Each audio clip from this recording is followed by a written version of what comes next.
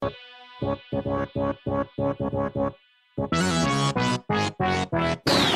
на пенек сел, должен был кофе дать.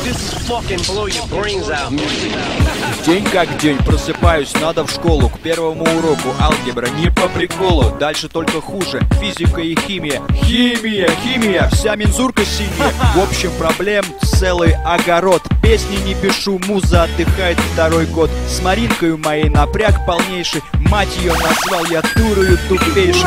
Да, зря, но клянусь, она тупая. Маринка это знает, но на меня злая. Одноклассники мои студентами стали, но второй год со мной оставаться перестали. На работу бы пошел, но не берут. Металлистам дают работу, а рэперам не дают. Вот так и живут, то ВКонтакте, то в школе. ВКонтакте у меня проблемы, плюс тролли. Из друзей своих меня Маринка удалила. На стене написала: ты кусок дебила. Друзья под надписью на сердечко нажимают. Да, всем весело, ну пускай угорают. Гребаный контакт меня дуров раздражает. Все с фейсбука тащит, не соображает. Да, у меня встают нервишки, в депрессон меня вгоняет, проблемы излишки. Путин ВКонтакте пишет в новостях. Зашел я на его страничку, побывал в гостях. Возникает мысль добавить в друзья. Хуже ведь уже не станет, говорю себе я.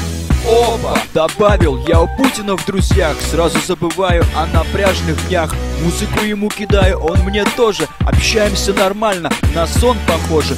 Нет, я не сплю, все происходит четко. Вова мне пишет смело, я ему кротко. Написала мне Маринка, хочет быть со мной. Говорит, я клевый, красивый и крутой. И я, конечно, это все про себя знал. Но следом за Маринкой Путин также написал. Я немного удивлен и польщен немного. Да какое немного? Много, очень много.